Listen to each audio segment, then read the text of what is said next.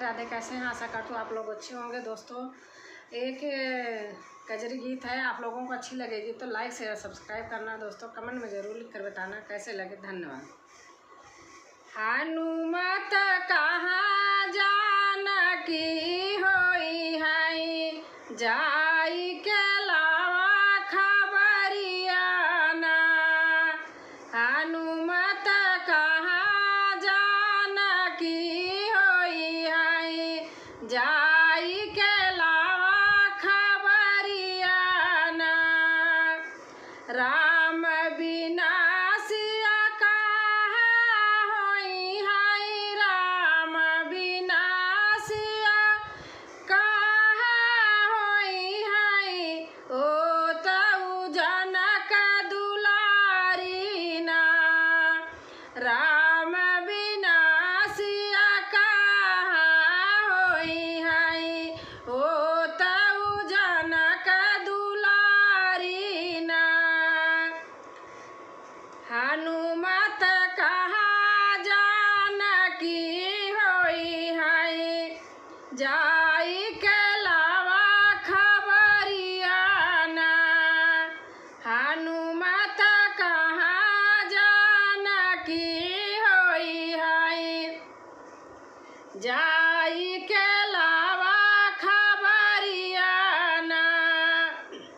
ना जाने किस हाल में होई है, ऐसी बिकट अंधेरियाना।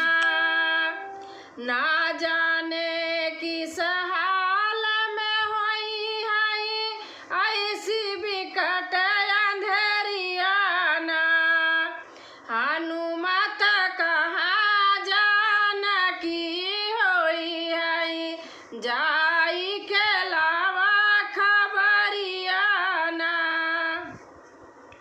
ना जाने किस हाल में होई है, ऐसी बिकट अंधेरियाना।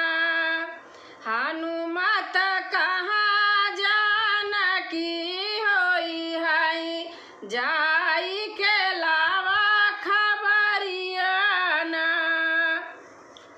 जानकी मातु जहाँ कहूँ होई है, हमले आइब खबरियाना। जानकी मातु जहाँ कहूँ होई है, हम तऊ लाइब खबरियाना। कि हनुमत कहाँ जानकी होई है, जाई के लावा खबरियाना। हनुमत कहाँ जानकी होई है, जाई के लावा खबरियाना। हनुमत पहुँचे अशोक वाटिका, हनुमत पहुँचे अशोक वाटिका।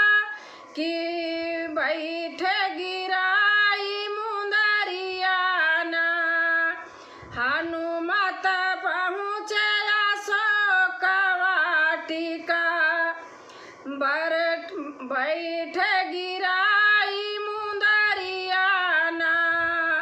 हनुमत कहाँ जानकी होई है, हनुमत कहाँ जानकी होई है, जाई के लावा खबरियाना। मुंदरी देखी सिया मुस्कानी, मुंदरी देखी सिया मुस्कानी। कि रघुबर के मिली गई खबरियाना। मुंदरी देखी के सिया मुस्कानी, कि रघुबर के मिली गई खबरियाना। कि हनु